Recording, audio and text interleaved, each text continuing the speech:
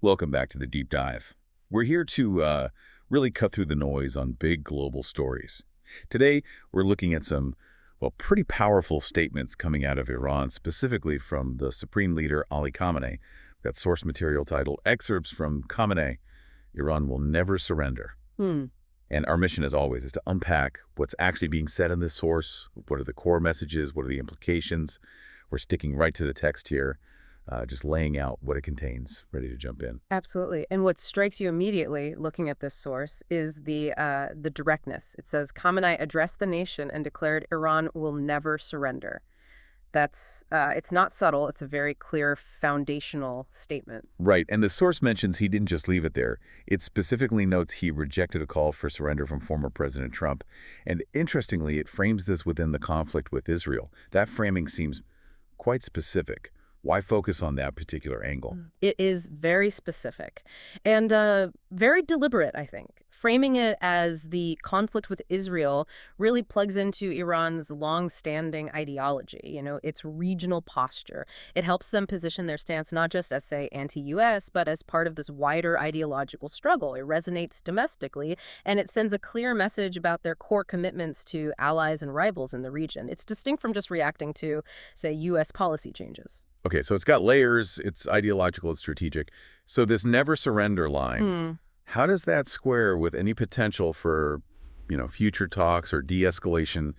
Seems like it slams the door shut. Well, that's the interesting part, isn't it? It sounds final, but in diplomacy, sometimes these very defiant public stances can coexist with a willingness to engage, just maybe on their own terms. Never surrender could mean we won't accept your preconditions or we won't be humiliated. It doesn't necessarily mean we will never, ever talk. It's like a public declaration meant to strengthen their position if or when they do come to the table. A high-stakes message. Ah, I see. So it's partly for the home audience, partly projecting strength internationally, like setting the stage. Yeah. But there was also a warning in there, right?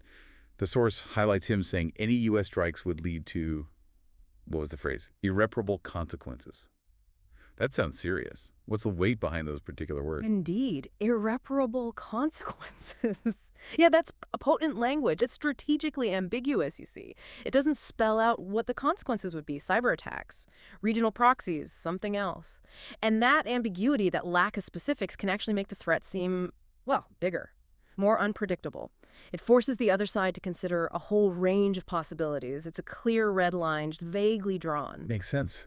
A vague threat can sometimes be more worrying than a specific one. But couldn't that kind of language, irreparable consequences, especially now with tensions high, couldn't that also be seen as escalatory itself? Oh, absolutely. That's the risk. It's a double-edged sword, really. Deterrence works if the threat is credible, but it also depends heavily on interpretation.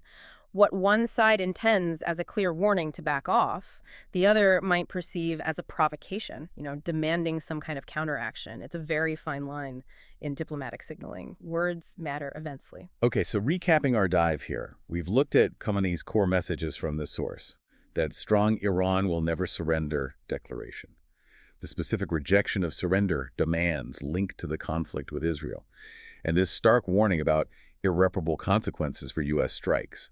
It all circles back to that central theme of defiance. So here's something to think about as we wrap up.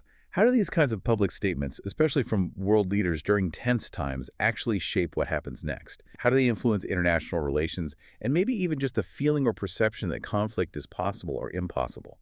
It really makes you think about how words function as tools, sometimes even weapons, in global politics. Thanks for joining us for this deep dive.